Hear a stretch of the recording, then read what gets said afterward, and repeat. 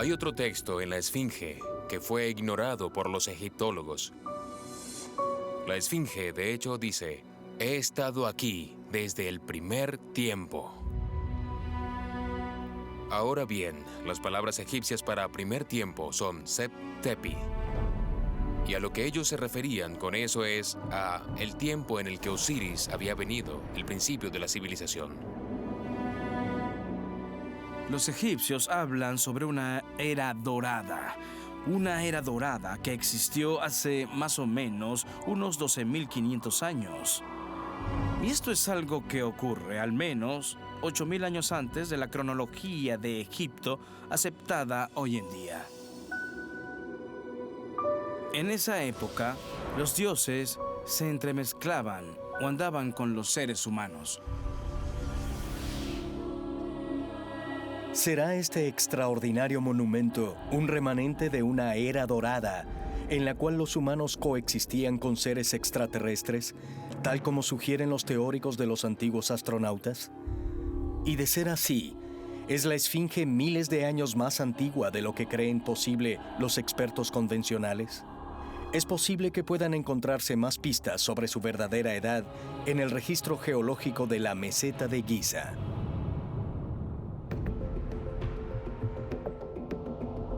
Boston, Massachusetts.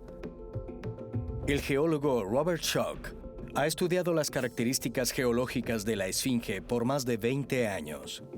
Observé específicamente el efecto de la intemperie y la erosión sobre el cuerpo de la Esfinge y sus muros interiores.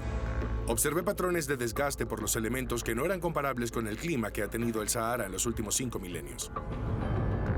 He aquí una fotografía de la Esfinge. Por su lado izquierdo, estas son sus ancas, esto es un muro interior, y cuando uno ve esto, nota que las líneas en la roca o los estratos, como les decimos en geología, han sido desgastados por los elementos, presentan rostros redondeados.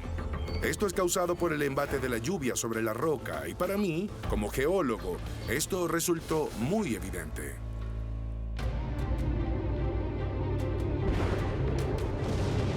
Según los arqueólogos, para poder ver un clima muy lluvioso en la meseta de Giza, tendríamos que remontarnos hasta antes del tercer milenio antes de Cristo, al menos 500 años antes de la fecha estimada de construcción de la Esfinge. El grado y nivel de erosión que presenciamos en la Gran Esfinge tiene que haberse producido en ese periodo climático anterior, y no solo unos cuantos siglos, sino miles de años antes de la aparición del Sahara.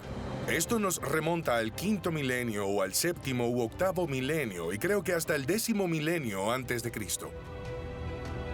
Si estamos dispuestos a aceptar la idea de que la Esfinge muestra marcas de erosión producidas por el agua, eso significa que lo que estamos contemplando es mucho, mucho más antiguo de lo que han propuesto los científicos convencionales. ¿Es la Esfinge realmente más vieja de lo que nos han hecho creer en nuestros libros de historia? De ser así, ¿quiénes o qué llevaron a cabo su construcción?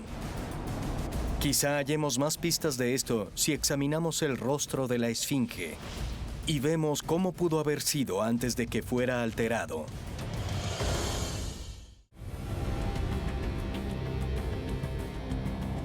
El Cairo, Egipto, enero de 2011. Miles de manifestantes que protestan contra el gobierno chocan con policías antimotines. Están exigiendo la renuncia del presidente Hosni Mubarak. Aumenta el descontento de la población. Hay cientos de fallecidos y miles de heridos. Es el inicio de la primavera árabe. A solo 13 kilómetros, la Gran Esfinge es un testigo silente. Durante miles de años y cientos de conflictos, el monumento ha permanecido intacto, excepto por la pérdida de su nariz.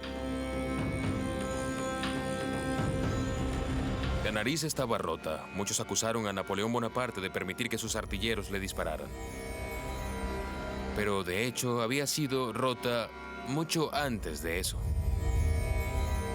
Un rey musulmán del medioevo decidió que la esfinge representaba un custodio del inframundo, que era una especie de demonio peligroso.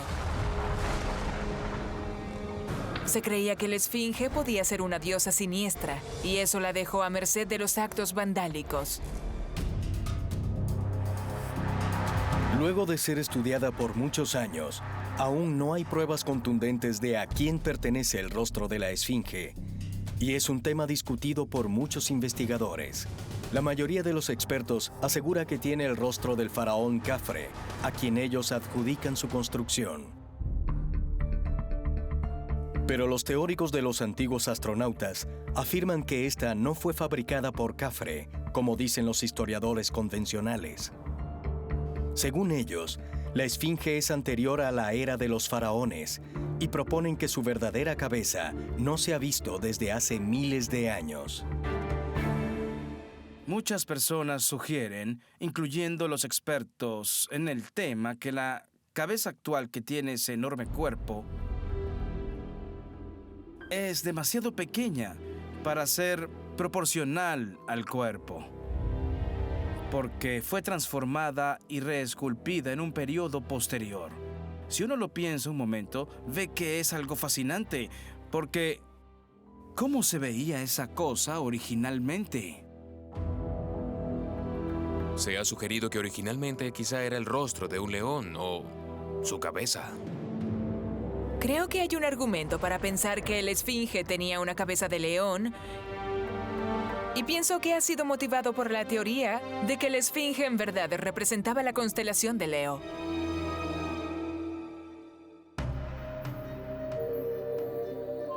Curiosamente, no hay referencias a la estatua de una gran esfinge o de un gran león en ningún texto del antiguo reino. Pero un gran estudioso de la esfinge ha propuesto que eso se debe a que ésta, originalmente, era totalmente distinta.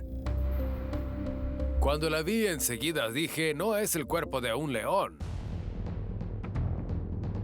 No, si uno estudia un león verá que tiene hombros enormes, una espalda inclinada. Y dije, para ser león tienes la espalda recta. No podía resultar más obvio que se trataba del cuerpo de un perro. Es justo así como se echan cuando vigilan. Y solo podría ser un perro en particular. Tenía que ser Anubis. Anubis es un dios perro que custodia la necrópolis sagrada. Pues Giza es la segunda necrópolis. Y cuando reestudié los textos antiguos, Anubis era mencionado por todas partes. En el texto de la pirámide, en el libro de las puertas, en el de las cavernas, en el de los dos caminos. En todos los libros antiguos hablan de él. Lo más fácil de destruir de la esfinge son sus orejas y su nariz, que son puntiagudas, como las de Anubis. De manera que este es el pedazo de piedra sobrante del cual podrían esculpir una cabeza humana. Y fue lo que hicieron, un buen trabajo, muy hábil. Y todo el mundo aún se asombra con ella, aun cuando nadie sabe que en algún momento se suponía que era Anubis.